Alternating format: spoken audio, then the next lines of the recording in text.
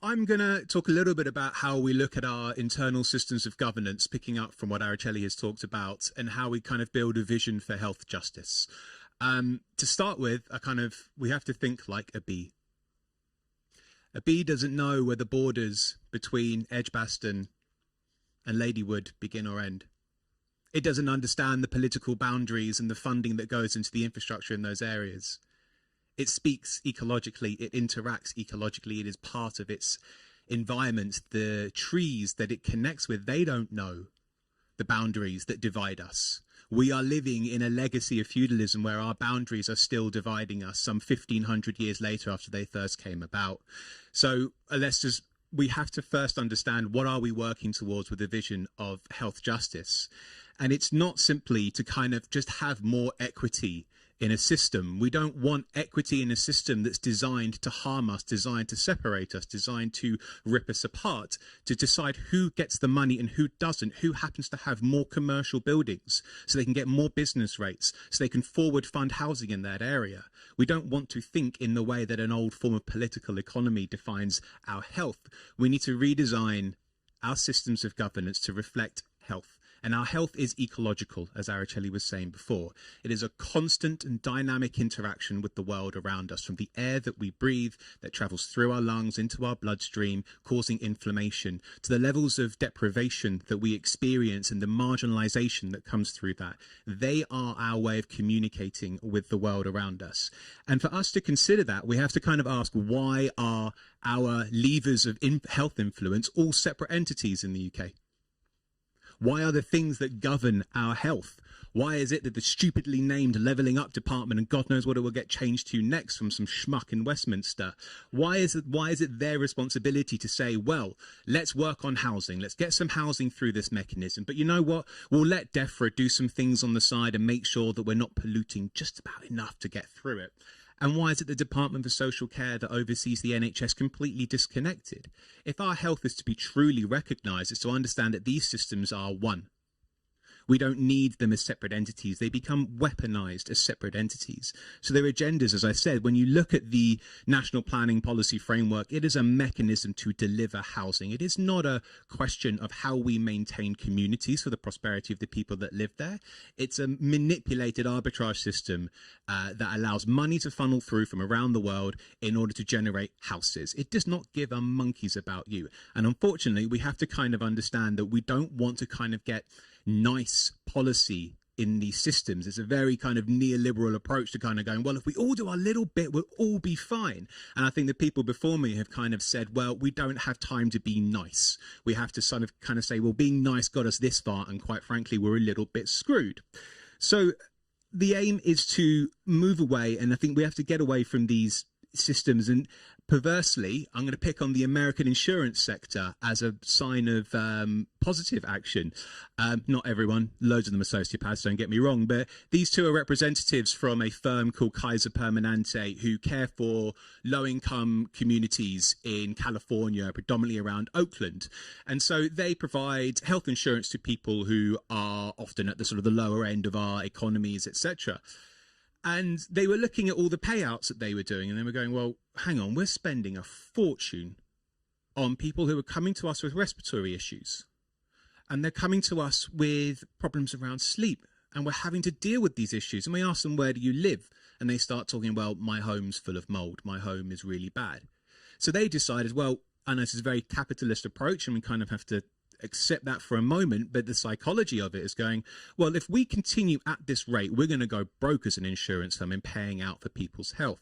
So why don't we just start building the houses ourselves so we don't have these issues? And to date, they've invested about north of $500 million in a fund for affordable housing directed not just at their customers, but at lower income people, trying to actually, as was said before, subvert the middleman and get out of the way. And I think it's a very important kind of perspective that we need to take, because if you think about the NHS budget, and I'll kind of get to that in a little bit, you kind of think how much money is spent on the NHS and how much they don't care about preventative health, because that's not the issue. It's about the treatment of sick people. So as we start to question the role of the system, which is the main focus of my talk, I wish I was as smart as Araceli and the team, who are all neuroscientists. I'm an art school graduate that somehow did what my dad told me to do and work with people smarter than him. So I'm going to talk about the built environment network. So when we look about an ecological framing of health, we've got to understand that it's not looking at the individualization of, do you run? Do you eat your 5 a day? These are the questions that typically get asked by your GP. Actually, here's a question to put up. Can someone put up their hand if their GP asked them how many times they walk up and down a known polluted road? Never, if you've gone in for migraines, has anyone said about whether you go past construction sites or whether you're frequently surrounded by mopeds driving at full speed? Anyone? No, because they're generally asking you, are you eating right? Are you sleeping right? They're never questioning where is the environment that you're living in. But that's what an ecological framing of health needs to do. And it actually needs to err more on the side of looking at time rather than space. And that's because we have pretty much a system that likes to track down and look at our health outcomes, look at what people are doing. What's our activities? Do we have diabetes? Do we have a problem? What's our responsibility in obesity? And that's because we're not considering, sorry, let me just stop for a second and get myself back.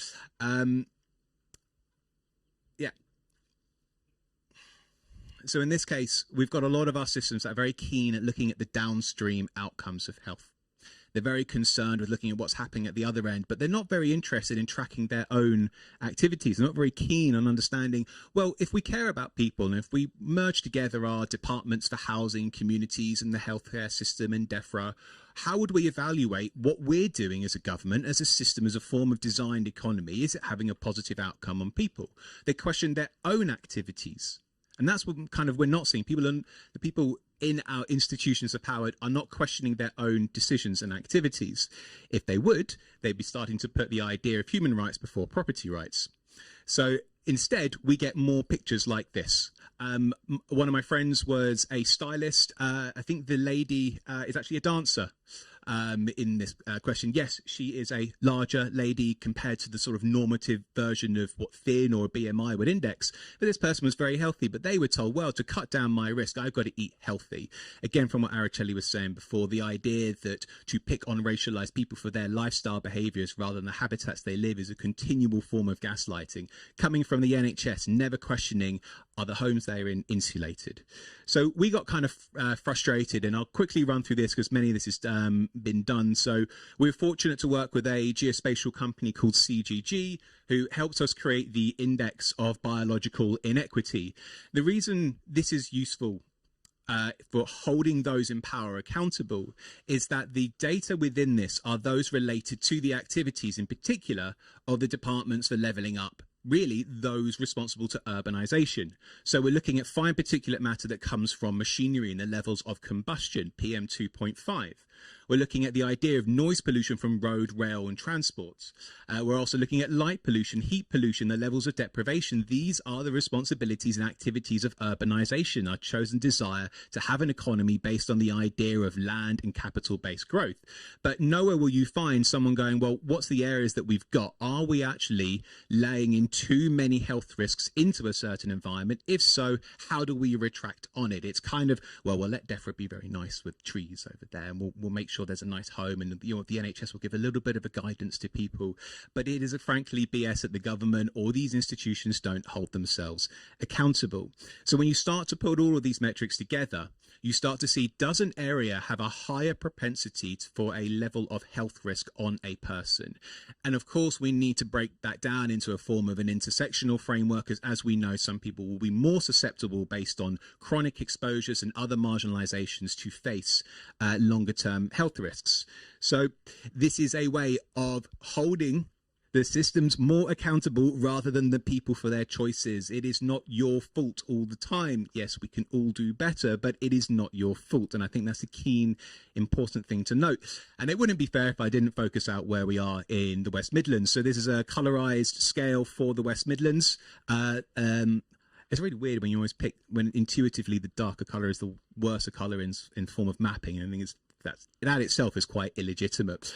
But I think it's very useful in this case to give you a context. And I think many of you will be aware of what the sort of worst in parentheses areas are.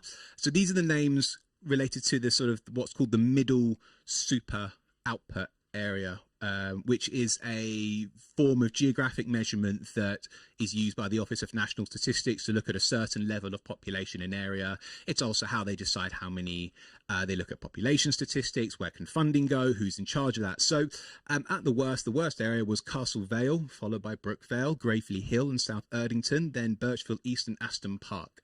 So there are other areas, but I think intuitively that many of those who live in areas around or familiar will understand that, yeah, it's actually a bit much being in those areas. And our bodies know, we instinctively know these things, but we have never been taught these things. We have never had the infrastructure to understand how to express these things. And there's a really weird, perverse nature where, again, the Americans have a more justice-based system than we do. And we think of what goes on in the unjust nature of the United States of America, which it is. It's very heinous, but they learn a lot from us, unfortunately. And this is an example from the Environmental Protection Agency, which was actually set up and almost formalized by the polluters themselves. But as an institution, they offer a series of grants to people to help challenge and understand through different tools how to advance environmental justice. Has anyone seen anything from the environmental agency that provided resources and tools, I'm using the words, to seek environmental justice in the UK? No. We lack it. We even lack the basic elements of a lexicon and a language to go through this.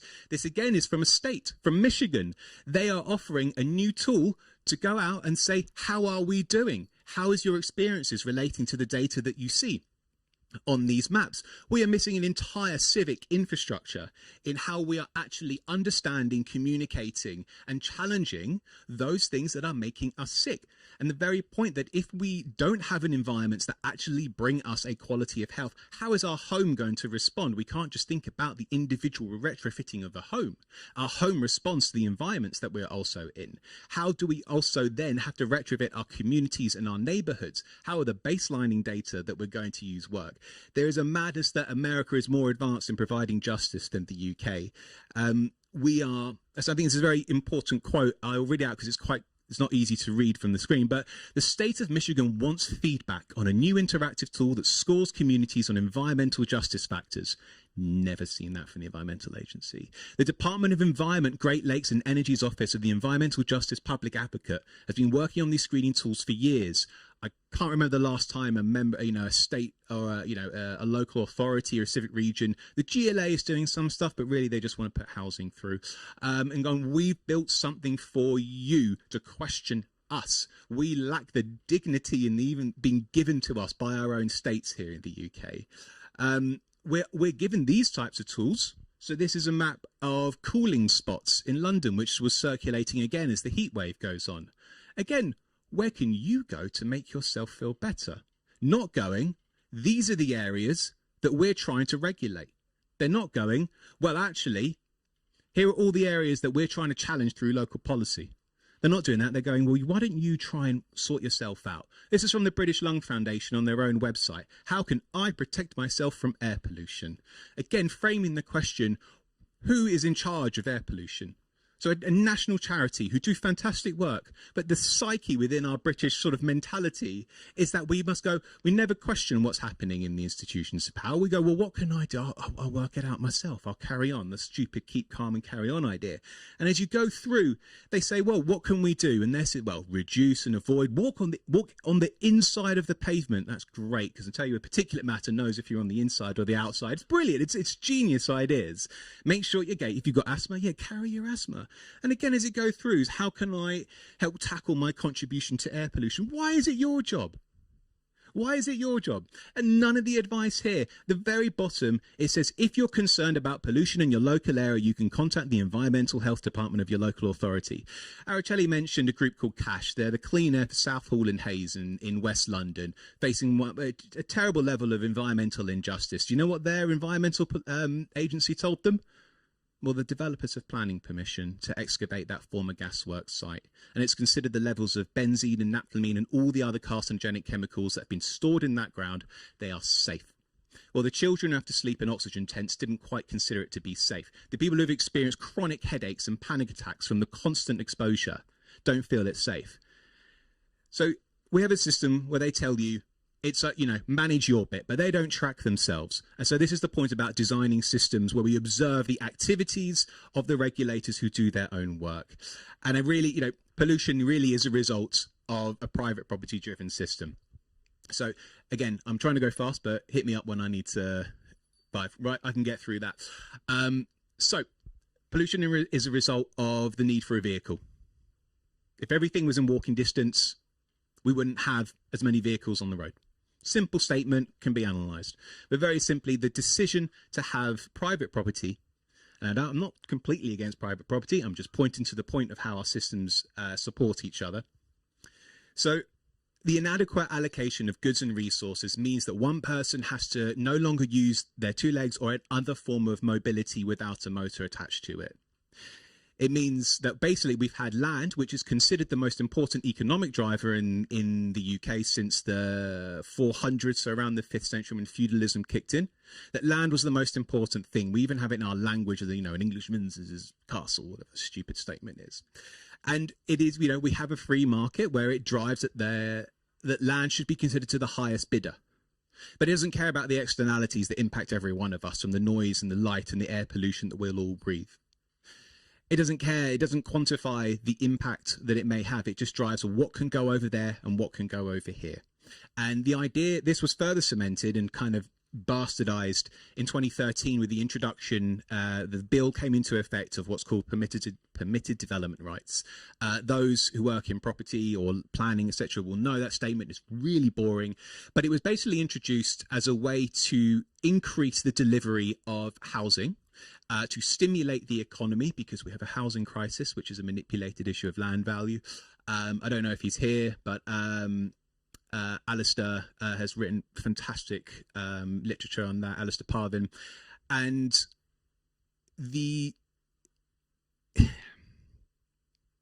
so permitted development rights, they meant that if an application met the basic requirements considered within planning, i.e. the safety of a home, a application could go past a local authority's review process. It meant that a local authority could no longer go, well, hang on, we really need that garage. We really need the car wash, because otherwise everyone's going to have to drive another 5 miles to get their car wash. They couldn't go, actually, we need to keep that office building, because that office building is actually caters for a load of charities. If we take those charities away, they're going to have to work miles away. And so again, we saw this issue where basically we have a system where property rights is greater than human rights, where it was decided that the value created from a piece of land was more important than the negative externalities that impact every element of our health, impact elements of our climate, impact everything that we're trying to work towards. And this is kind of an insidious nature of the British system. So our kind of challenge is to get past this idea that we have these illegitimate spatial boundaries that came about from the 5th century onwards, when it was decided that the kings and the lords, i.e. the landlord, took and seized land. Every boundary, every red line we see is an illegitimate forming of our nation, of our place that we've understood. It is illegitimate. No one owned land. It was taken, and we were the testbed. And I mean this appropriately, and I discussed this before, but we were the testbed for colonialism.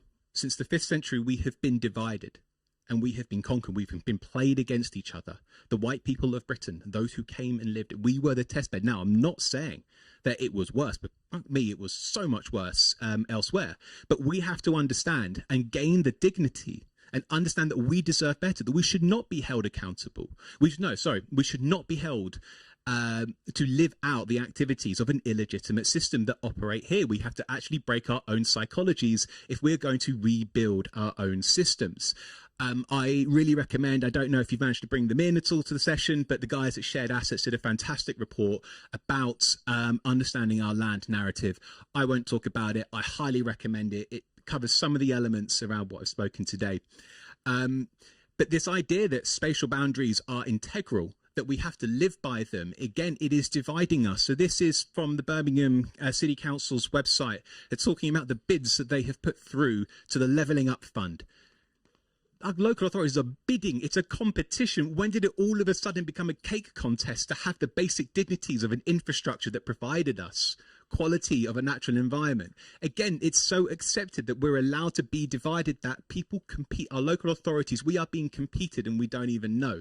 This is a nonsensical idea. So again, we have to reimagine that when we think about what our new civic infrastructure should be, how do we just step away from going, well, let's make sure on our local plan that they have an idea that we can control the levels of air pollution. And that's great, okay. And that's all good, but that's not going to get us to where we need to go. If we actually want the civil and civic uprising and the strength that we've talked about today, we need to reimagine what our systems of governance would be, because we don't want equity in a system that was designed for property rights and land extraction, because we'll end up with the same problems that we have today. So ending, I want to say that the need and what we build together and our solutions, we have to rebuild and we have to co-develop a lexicon. A lexicon, so before we mentioned the term biological inequity. This is a term to understand the disproportionate exposure to stresses that impact our natural biological systems, our immune, endocrine and metabolic systems. When you look at the higher levels of what we have described as biological inequity, you'll also start to see the trends relating to the non-communicable diseases of diabetes, obesity, to depression, even at some extent the ideas around dementia.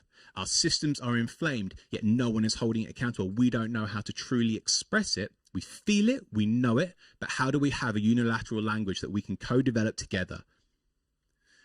How do we build these tools to explore this, to understand our own phenomenology against sometimes the data that we see? So Araceli mentioned Right to Know, which is righttoknow.org with the hyphens in the middle of those two. And you can type in your postcode and understand the environmental health trends that will come out. And from there, start to build survey symptoms and understand the feedback mechanisms that come through it. How do we start to center the lived experience? Because what we are getting is the general population average results into our discussions around health, particularly from places like the Public Health England, where they just say, well, on average, average leads to people getting sick, unfortunately. And we also want to develop and need to develop the social infrastructure. And I think we have to work towards that. Every social movement, every justice movement has started by people sitting in a room going, I feel that too. And we have a lovely room here of people that will also go, yeah, when I'm in those environments, it doesn't quite work for me.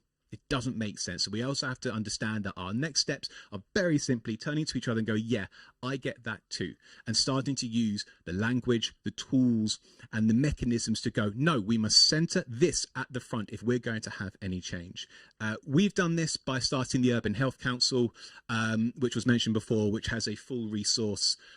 It is predominantly a self-funded program. It's an open access platform that we want people to go to and use themselves, to use the language and contribute as they go on. So hopefully that gets you an understanding that in order to meet our ambitious targets of retrofitting and redesigning, how do we reimagine the systems that govern our health in order to actually have a direction and a plan that maintains our stability? So thank you for your time. I hope I didn't speak too quickly. The coffee's great, which normally helped. And yeah, thanks guys, and enjoy the rest of your day.